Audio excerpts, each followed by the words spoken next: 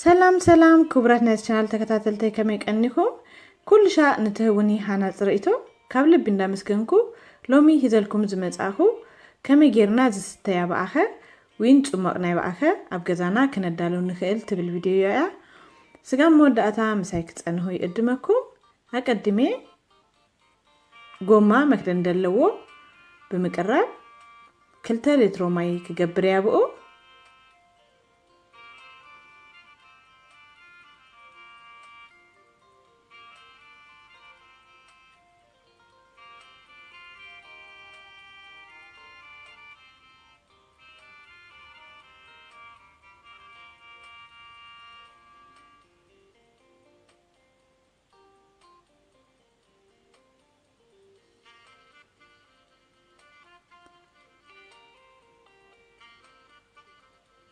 ኣብዚ ጥሁን ኣብኣኸለኒ ኣነ ገዝኤዌ እንድህር ክተዳሉ ደሊኹም ግን ኣብ ገዛኹም ነቲ ጥረ ኣብኣኸ ገዝኢኹም ጽቡቕ ጌርኩም ሳጸብኩም ኣብ ፀሓይ ተሰጥህዎ ምስ ነቀጸ ብዝኾነ ናይ ቡን ማሽን ክጣሃን ክእል እዩ ከማን ኣብ ገዛ ዝተዳለወ ኩልሻ እንጥና ወሳን ስለ ዝኾነ በዓልና ክነዳሉ ንኽእል ኢና ሕጂ ነዚ ጥሁን ኣብኣኸ بخمزي ملكو أفتي ما يجرلو زنبركو قوما جرلو له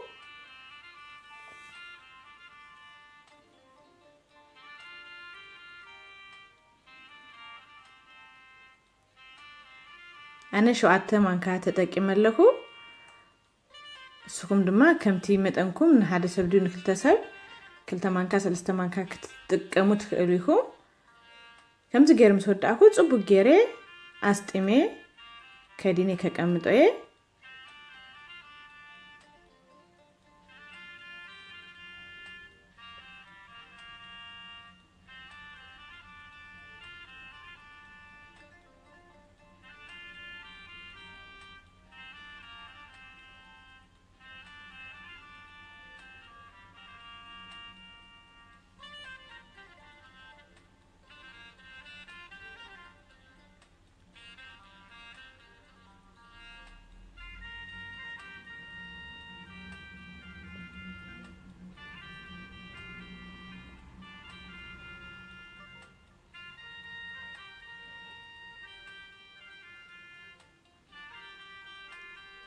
كم تمالي مشت بخمزي مقدو أكميت أيوالله مشت يجريوزي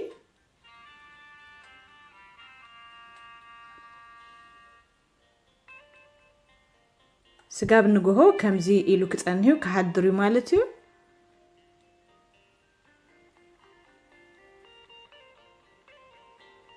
هجي كم تريوو حاديرو له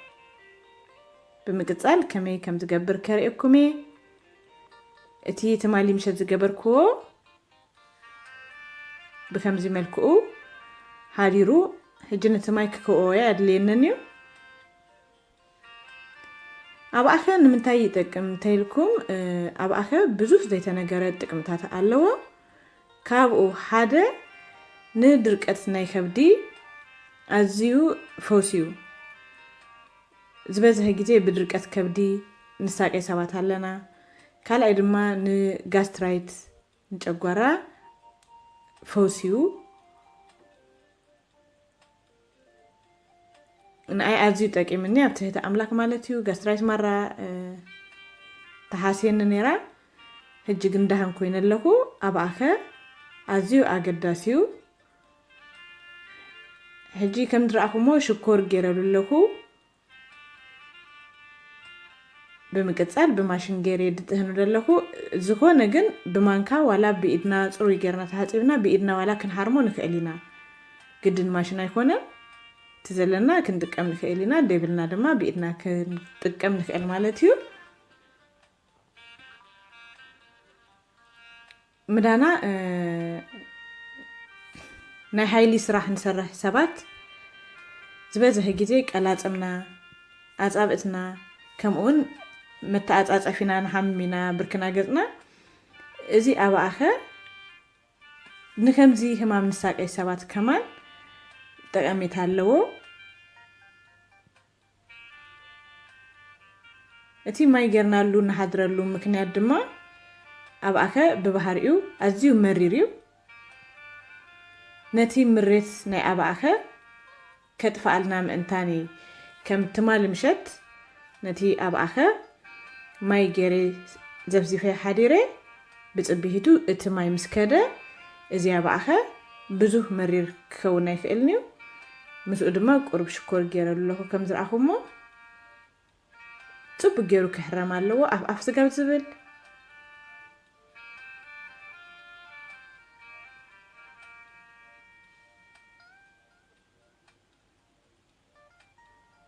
መጀመርያ ማይ ከይሃወስና ኢና ንሓርሞ ከምዚ ገይርና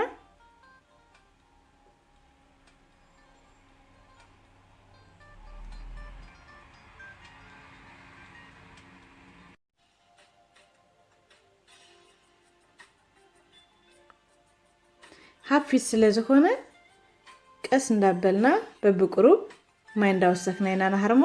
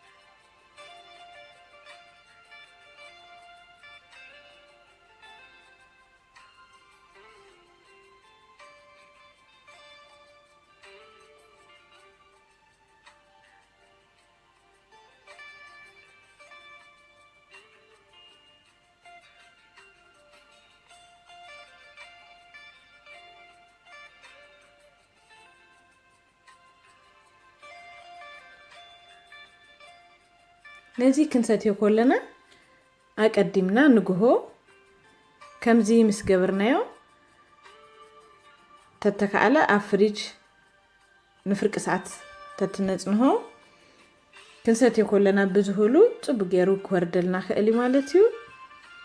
ተደይኮነ ድማ ብበረድ ገይርና ክንጥቀም ንክእል ኢና ቅድሚ ቁርሲ ምብላዕና ቅድሚ 1 ሰዓት ነዚ ኣብኣኸ ሰቲና 1 ሰዓት ክንጸንህ ክንክእል ኣለና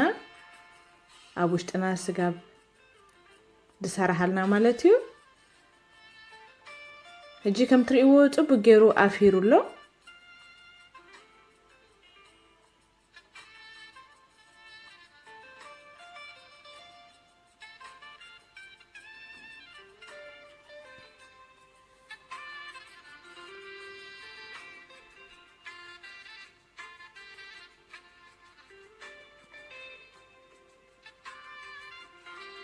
ሕጂ ኣኪልዎሎ ዳርጋ ወዲእ ኣለኹ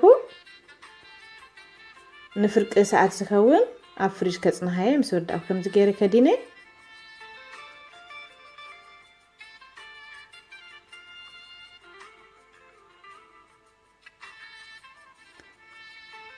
ከም ትርእይዎ ፍርቂ ሰዓት ኣብ ፍሪጅ ጸኒሑ ኣውጽዮ ኣብ ቢኬሪ ገይረዮ ኣለኹ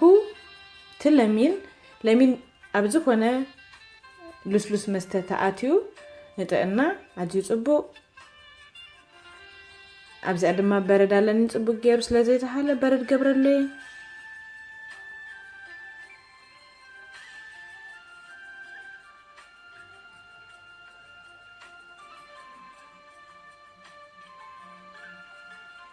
ብከምዚ መገዲ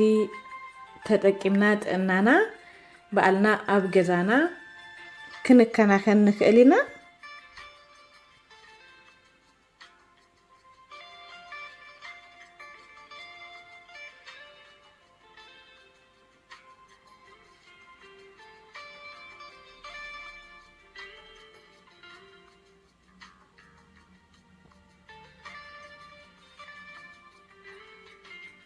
የቀነለይ እምበኣርከስ ክቡራት ናይ ቻናል ተከታተልተይ ካብ መጀመርያ እስከ መወዳእታ ጊዜኩም ሂብኩም ስለዝተከታተልኩሙኒ ካብ ልቢ እንዳመስገንኩ ሰሰናዩ ይምነልኩም ብሩክ መዓልቲ